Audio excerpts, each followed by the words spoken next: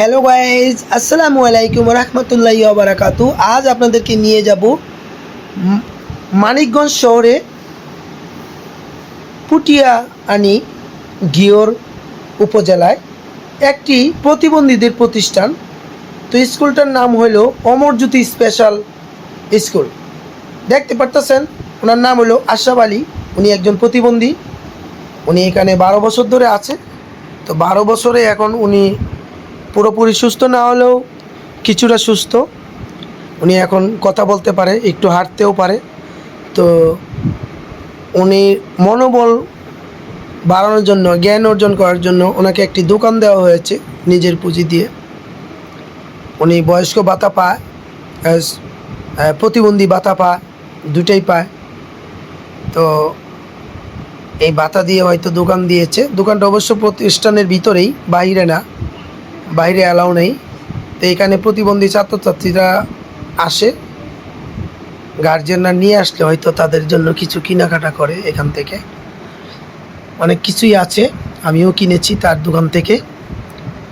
তো আশরাফ আলী ভাই আসলেই খুব ভালো মানুষ, মনটা অনেক ফ্রেশ। ওনার থেকে আমি অনেক কিছু জানতে পারছি।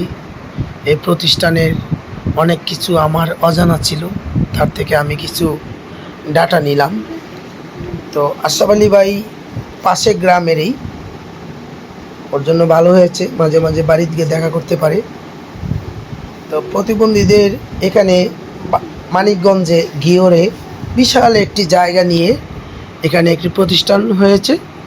বাইরের সংস্থা থেকে কিছু অনুদান আসে। আর ওদের জন্য একটি পার্ক করা হয়েছে বিনোদনের জন্য। আমার পাশে দেখতে পাচ্ছেন একটি বিল্ডিং, দোতলা।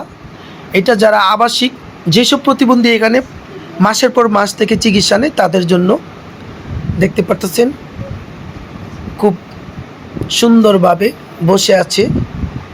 প্রত্যেকেই প্রতিবন্ধী। আমার পাশে দুজন আছে, একজন হলো দৃষ্টি প্রতিবন্ধী, আরেকজন হলো শারীরিক প্রতিবন্ধী। তো একজনের নাম মানিক, আরেকজনের নাম হলো রাসেল।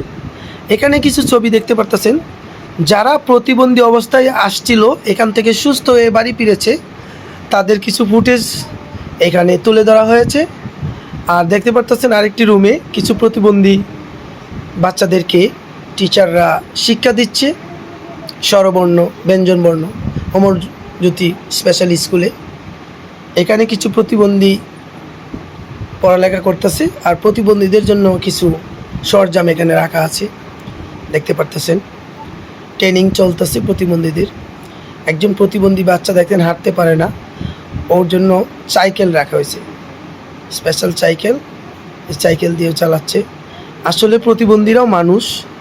আসুন, আমাদের বাংলাদেশে যত শিল্পপতি আছে, ধনী লোকেরা আছে, তাদের জন্য আমরা আশেপাশে দাঁড়াই।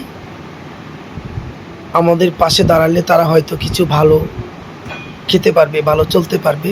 এদের জন্য সাংস্কৃতিক অনুষ্ঠান হয় আনন্দের জন্য, তাদের জন্য খাওয়া রান্না হচ্ছে, রান্নার জন্য লোক রাখা হয়েছে। তো আজ এখানে বিদায় নিব। আপনারা প্রতিবন্ধী ভাইদের জন্য দোয়া করবেন, তারা যেন সুস্থ হয়ে বাড়ি ফিরতে পারে। আমারও মন থেকে ভালোবাসা এবং অনুপ্রেরণা, এই কামনায় বিদায় নিব আজ এখানেই। তো আপনাদেরও বলতেছি, ওদের জন্য মন থেকে দোয়া করবেন, তারা যেন সুস্থ হয়ে মায়ের কোলে ফিরে যেতে পারে। আসসালামু আলাইকুম রহমতুল্লাহি ওয়া বারাকাতুহু।